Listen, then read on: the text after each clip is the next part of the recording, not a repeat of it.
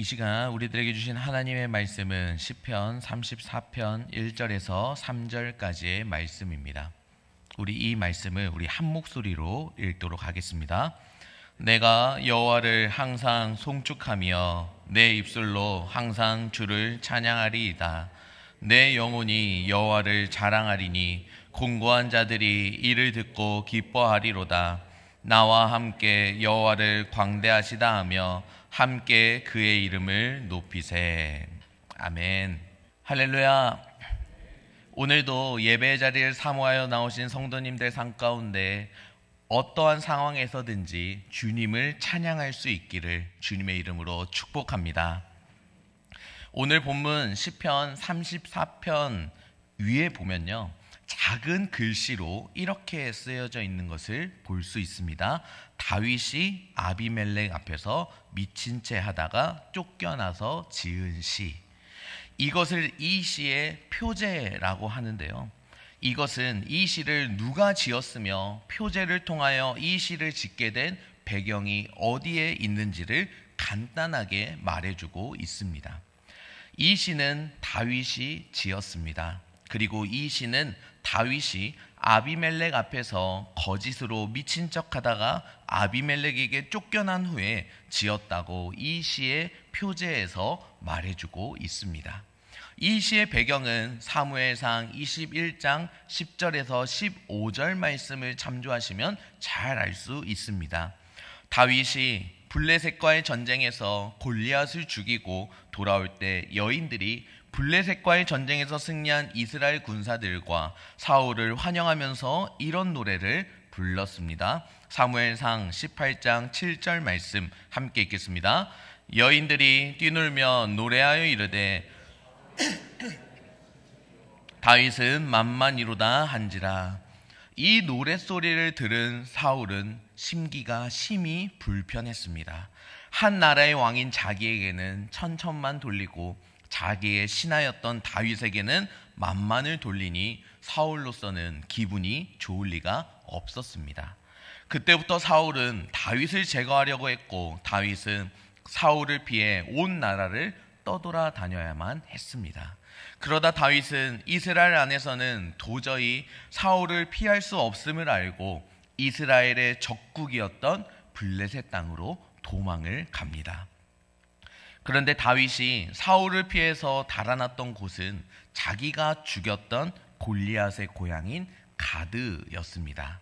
다윗이 가드에 나타나자 가드 왕 아기스의 신하들은 곧바로 다윗을 알아보고 자기들의 영웅을 죽였다는 그 다윗이 나타났다고 왕에게 알려주었습니다. 이제 다윗은 블레셋 사람들의 손에 의해서 꼼짝없이 붙잡혀 죽게 되었습니다. 그런데 바로 거기서 다윗에게 기가 막힌 생각이 떠올랐습니다. 그건 자기가 미친 사람처럼 연기를 하면 가드 왕이 미친 자기를 놓아줄 거라는 생각이었습니다. 그런데 정말 다윗의 계획대로, 다윗의 생각대로 다윗이 정신이 완전히 나간 사람처럼 침을 흘리며 손톱으로 대문을 긁고 있으니 가드왕 아기스는 다윗이 정신이 나갔다고 하며 신하들을 시켜 다윗을 쫓아내 버렸습니다. 그렇게 해서 구사일생으로 목숨을 건진 다윗이 그때 일을 회상하며 지은 시가 바로 오늘 시편 34편입니다. 우리 오늘 본문 1절 말씀 함께 읽겠습니다. 내가 여호와를 항상 송축하며 내 입술로 항상 주를 찬양하리이다. 아멘. 하나님의 은혜로 블레셋 왕 아비멜렉에게 죽임당할 위기 상황에서 벗어날 수 있었던 것은 하나님의 은혜였습니다. 그 은혜에 다윗은 계속해서 하나님을 쉬지 않고 찬송하겠다고 고백하고 있습니다. 여기서 말씀하고 있는 찬양은 단순히 노래만을 의미하고 있지 않습니다. 이 찬양이란 말은 하나님을 높여드리겠다는 것이며 하나님을 칭찬해드리겠다는 것이며 하나님께 모든 영광을 돌려드리겠다는 것입니다. 다윗은 자신의 모든 삶을 통하여 그 일을 하겠다는 것입니다. 그리고 실제로 시편 150편 중에서 73편 이상의 시를 쓰면서 다윗의 시가 절반가량을 차지하게 됩니다. 그 중에서 시편 1편에서 41편까지는 다윗의 시가 중점적으로 작성되어 있는 것을 볼 수 있습니다. 그만큼 다윗은 하나님을 찬양하고 하나님을 높여드리고 하나님께 영광 돌려드리는 일에 온 힘을 쏟아 부었다는 것을 알 수 있습니다. 그런데 다윗과 같이 절망적인 상황에 처했을 때 둘 중 하나를 선택해야 할 것입니다. 자포자기하고 저주하고 절망할 것인가? 아니면 하나님의 영광을 기억하여 찬양할 것인가? 이 부분에 대해서 선택의 여지가 없습니다. 우리의 육신의 본성은 절망하고 좌절하고 포기하고 그것을 원하겠지만 우리 안에 계신 성령님이 우리로 하여금 찬양으로 이기기를 원하시고 실제적으로 우리를 그렇게 인도해주고 계십니다. 그럼 다윗은 왜 이렇게까지 하나님을 찬송하는 일에 온 힘을 쏟아 부었습니까? 우리는 찬양을 하면서 언제 가장 은혜가 충만하며 어느 때 가장 뜨거운 감격을 느끼게 됩니까? 그때는 우리에게 부어주신 하나님의 은혜에 대한 감사가 우리 마음속에 차고 넘치고 입술로 고백하고 삶으로 살아낼 때 찬양의 뜨거운 감격에 빠지게 됩니다. 그때 우리의 목소리는 저절로 높아집니다. 하나님의 은혜가 너무 감사해서 그 은혜를 우리에게 베풀어 주신 하나님을 높여드리기 위하여 우리의 목소리가 저절로 높아지는 것입니다. 이와 같이 우리에게 베풀어 주신 하나님의 은혜에 대한 감사로 우리 마음이 가득 찰 때 부르는 찬양은 정말 은혜가 되고 정말 감동이 되는 것입니다. 그러므로 다윗이 자기의 일생을 통하여 하나님을 찬송한 일에 온 힘을 쏟아붓겠다고 한 것은 자기에게 부어주신 하나님의 은혜가 너무 감사하기 때문임을 우리는 알 수 있습니다. 다윗은 그 하나님을 향한 감사의 마음을 주체할 길이 없어서 자기가 이 땅 가운데 살아날 동안 자기에게 은혜를 베풀어 주신 하나님을 찬송하겠다고 고백했습니다. 다윗의 이 고백이 우리의 고백이 되기를 간절히 소망합니다. 우리도 지금까지 살아온 것, 우리에게 베풀어 주신 하나님의 은혜에 감격하여 우리의 입술에서 하나님을 향한 감사 찬송이 쉬지 않고 계속 흘러나오기를 바랍니다. 하나님께서 그런 우리와 함께 해주실 것입니다. 시편 22편 3절 말씀을 함께 읽겠습니다. 이스라엘의 찬송 중에 계시는 주여, 주는 거룩하시니이다. 아멘. 우리가 다윗처럼 정말 하나님의 은혜에 감격하여 하나님께 감사하며 하나님을 높여드리고자 하는 마음으로 찬송을 부를 때 하나님께서는 반드시 그런 우리와 함께 주십니다. 우리는 혼자 찬송을 부르든지 다른 교인들과 함께 찬송을 부를 때 실제로 하나님께서 그 찬송 중에 오셔서 우리를 위로하여 주시고 우리를 격려해 주시고 우리에게 은혜를 베풀어 주시는 것을 얼마든지 경험할 수 있습니다. 우리는 이 사실을 통하여 하나님께서는 그 무엇보다 우리에게 찬송을 원하신다는 것을 알 수 있는데, 그 말은 하나님께서는 우리에게 정말 하나님의 은혜를 느끼고 그 은혜에 감사하는 것을 원하신다는 말과 같은 말입니다. 그러므로 이미 받은 은혜를 잊어버리지 마시고 늘 그 은혜에 대한 감사가 우리 마음에서 떠나지 않도록 힘쓰시기 바랍니다. 그 감사의 마음이 우리의 입술에서 찬송이 되어 흘러나올 수 있기를 소망합니다.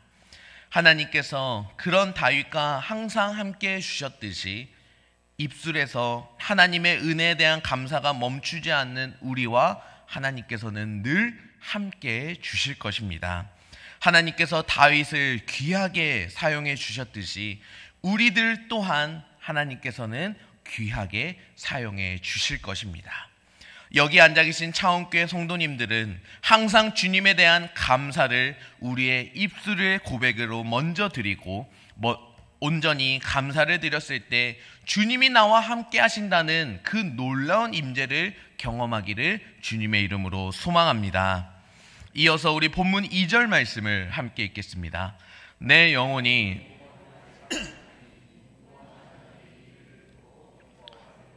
아멘. 본문 1절 말씀에서 다윗은 하나님을 송축하겠다고 했습니다. 이어서 다윗은 2절에서는 하나님을 자랑하겠다고 고백하고 있습니다. 다윗은 하나님을 자랑하는 일을 자기가 해야 할 가장 중요한 일로 삼겠다고 말하고 있습니다. 그의 일은 나중에 이스라엘의 왕이 되어서 이스라엘을 아주 부강한 나라로 만들거나 백성들이 태평성대를 누리도록 하는 것이 아니라 모든 사람들과 모든 만물들 앞에 하나님을 자랑하는 것이라는 것입니다. 그럴 때 공고한 자들이 하나님을 자랑하는 소리를 듣고 기뻐할 것이라고 다윗은 말하고 있습니다. 지금 다윗은 블레셋 왕 아비멜렉 앞에서 구사일생으로 목숨을 건지고 아둘람 굴로 피신한 상황입니다. 사무엘상 21장은 다윗이 블레셋 왕 아비멜렉 앞에서 구사일생으로 목숨을 건진 사건이 기록되어 있고, 이어서 사무엘상 22장에서는 다윗이 아둘람 굴로 피신한 내용이 기록되어 있습니다. 그런데 그 소식을 들은 사람들이 다윗이 있는 아둘람 굴로 모여들기 시작했습니다.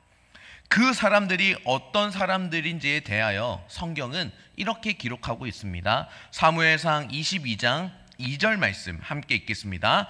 환난당한 모든 자와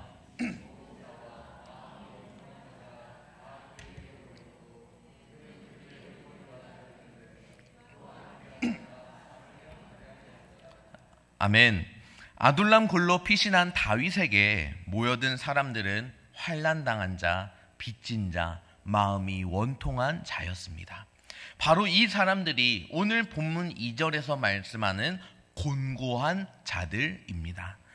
자기의 힘으로 도저히 헤쳐나갈 수 없는 환난으로 인하여, 자기의 능력으로 도저히 갚을 수 없는 빚으로 인하여, 자기가 당한 원통한 일로 인하여 이 세상을 살아가기 너무 힘든 사람들이 다윗에게로 모여들었다는 것입니다.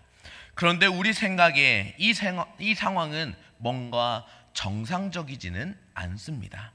지금 다윗은 사울 왕에게 쫓겨 다니는 몸이고 온 나라의 현상수배가 되어서 백성들은 다윗만 나타나면 사울에게 신고하여 포상금을 타려고 혈안이 되어 있었습니다.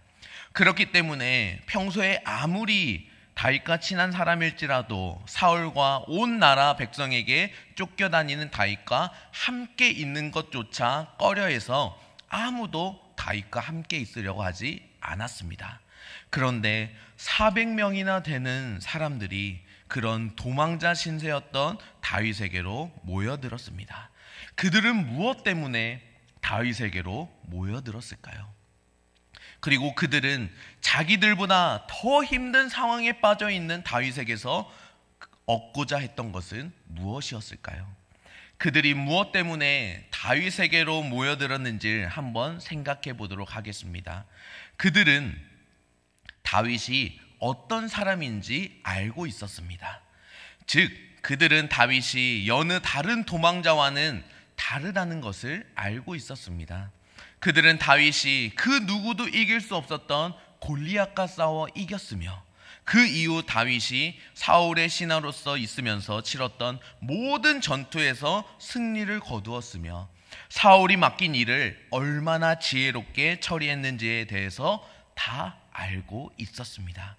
그들은 다윗에게는 자신들이 모르는 그 어떤 힘이 다윗을 돕고 있다는 것을 알고 있었습니다. 그래서 그들은 다윗에게 가면 그들이 만난 환난에서 벗어날 수 있을 것 같아서, 비록 사울에게 쫓겨다니는 도망자 신세였지만 다윗에게 모여들었던 것입니다. 그런데 다윗은 자기를 통하여 환난을 면하기 위하여 모여든 그 사람들, 즉 공고한 자들에게 이렇게 말을 합니다. 본문 2절 말씀 함께 읽겠습니다.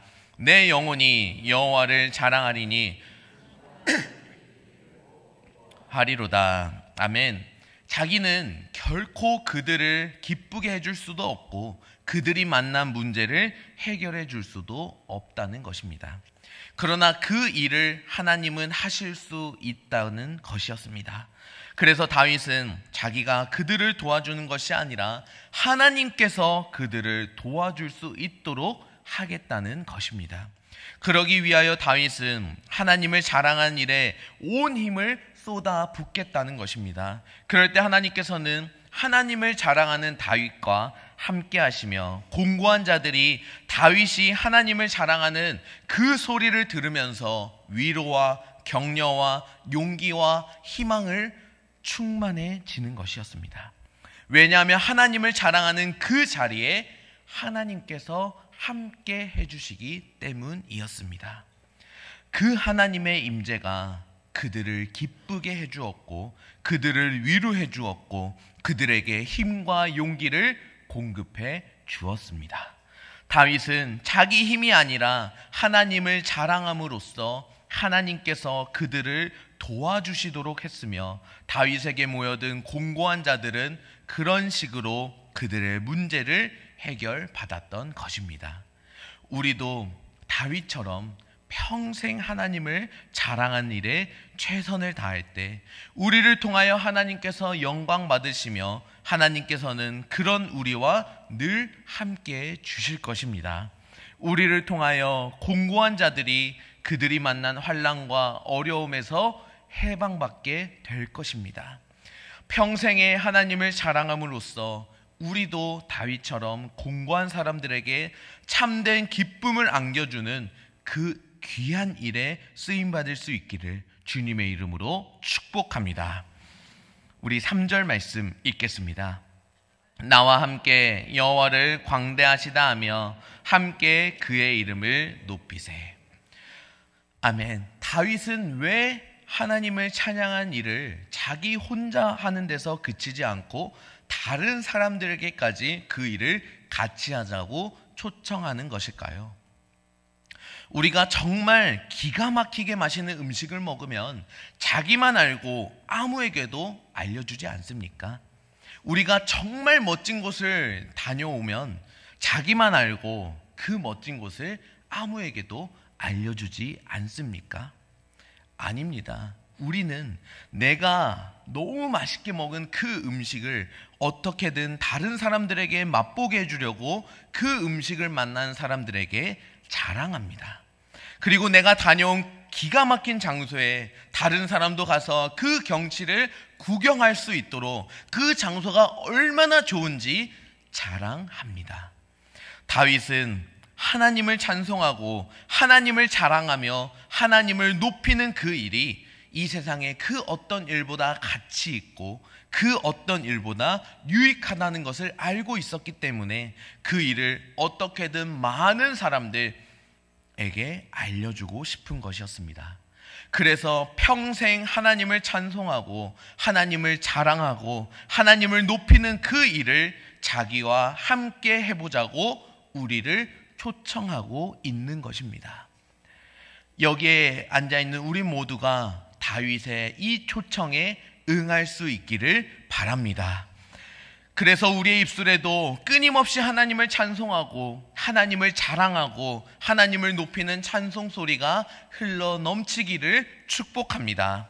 늘 하나님을 찬양했던 다윗과 함께 하신 하나님께서 그런 우리와 함께 하셔서 우리를 통하여 당신을 나타내 주실 것이고 우리를 하나님의 귀한 일에 사용해 주실 것입니다.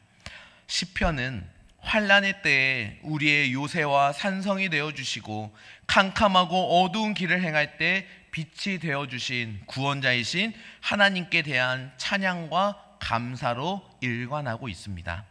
이처럼 시편 전체에 기록된 내용이 하나님을 자랑하는 것입니다.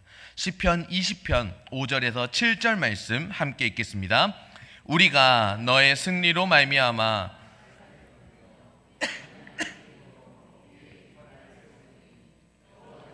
내 모든 기도를 이루어 주시기를 원하노라.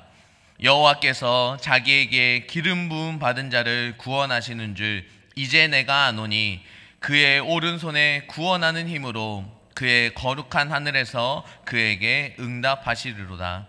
어떤 사람은 병거, 어떤 사람은 말을 의지하나 우리는 여호와 우리 하나님의 이름을 자랑하리로다. 아멘.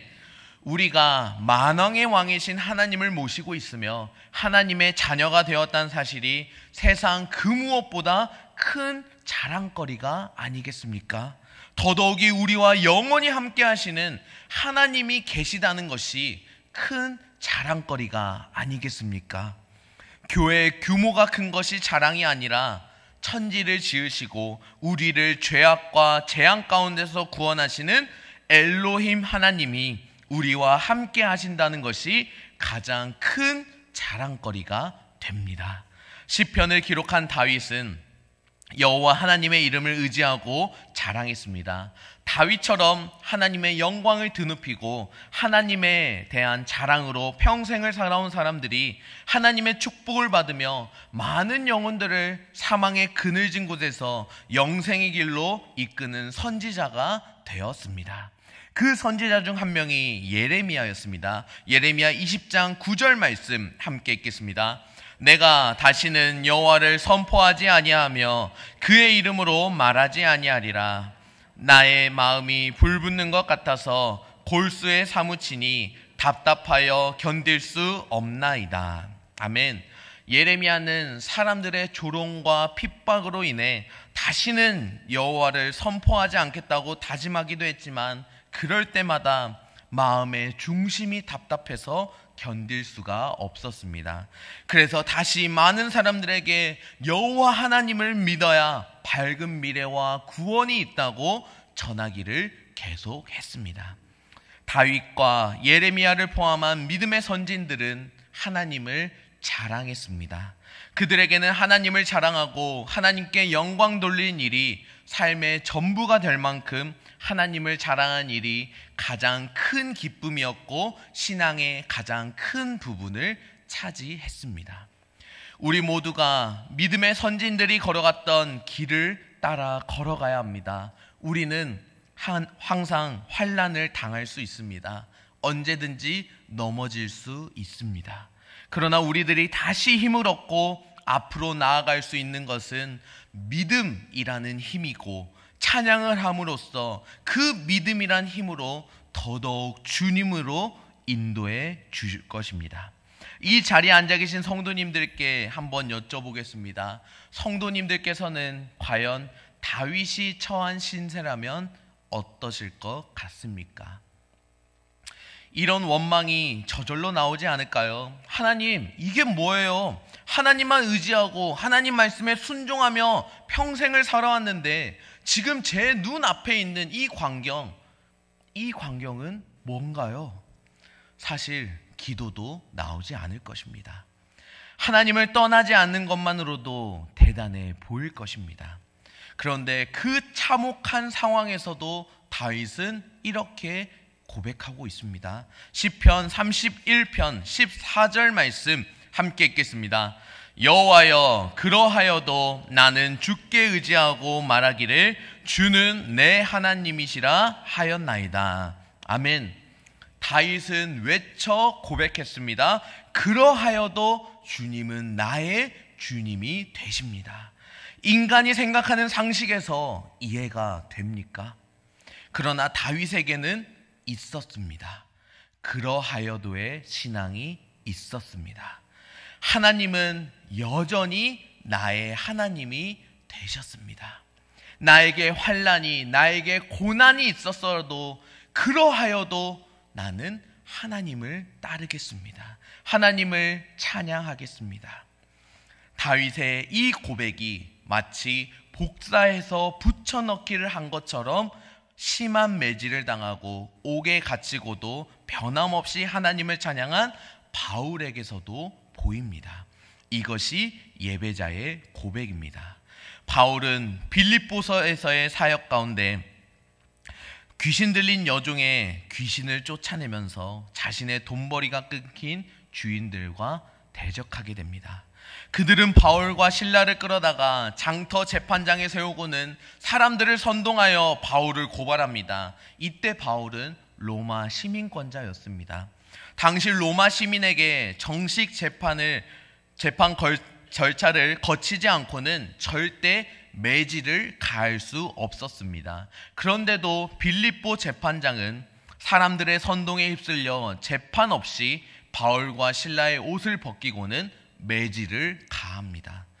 만약 바울이 매질 중간에 자신이 로마 시민이었다라고 말했으면 중간에 매질이 멈췄을 것입니다. 그런데 그는 아무 말도 하지 않고 수모를 당합니다. 생전 처음으로 로마 방식으로 매를 맞게 됩니다. 로마법으로 맞는 매는 아주 가혹합니다. 본래 유대 사회에서는 사람을 매질할 때 숫자 40에서 1을 감안한 39대 이상은 때리지 않았습니다. 그런데 로마 방식의 매질은 제한이 없었습니다.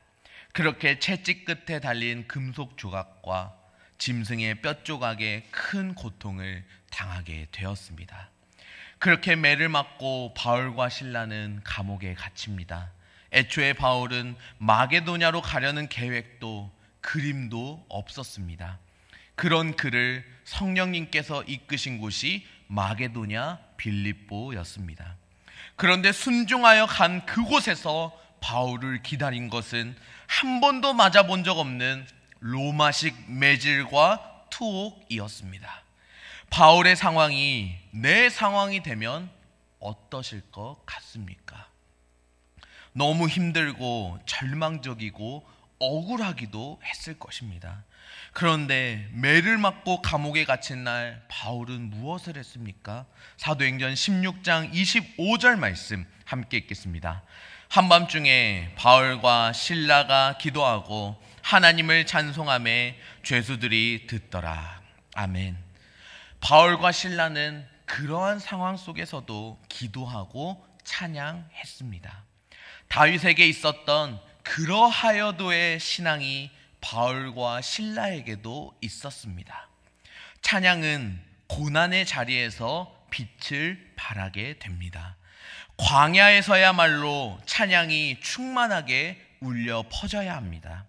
어려움이 찾아오면 마치 기다렸다는 듯이 다른 어려움이 또 찾아오게 됩니다.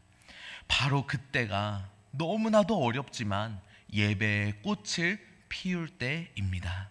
주님 안에서 담대하게 그러하여도의 신앙으로 예배 자리를 지키시고 찬양으로 고백하시기 바랍니다. 현대 그리스도인들과 초대 그리스도인들의 가장 큰 차이가 있습니다. 그 차이는 구원의 은혜에 감격하는 찬양의 열정이 없어졌다는 사실입니다. 성도는 찬양의 열정을 회복해야 합니다. 다윗은 하나님을 변함없이 찬양하겠다고 다짐합니다. 공개적으로 하나님을 자랑하겠다고 다짐합니다. 전심으로 하나님을 찬양하고 자랑하겠다고 다짐합니다. 우리 모두가 진정 다윗과 바울과 같이 그러하여도의 신앙을 본받아 그러하여도 주님은 나의 주인이 되십니다. 그러하여도 온전히 주님만을 찬양하겠습니다. 라는 이 고백으로 고난의 자리를 찬양의 자리로 바꾸어 항상 주님과 동행하는 하루하루가 될 수 있기를 주님의 이름으로 축복합니다.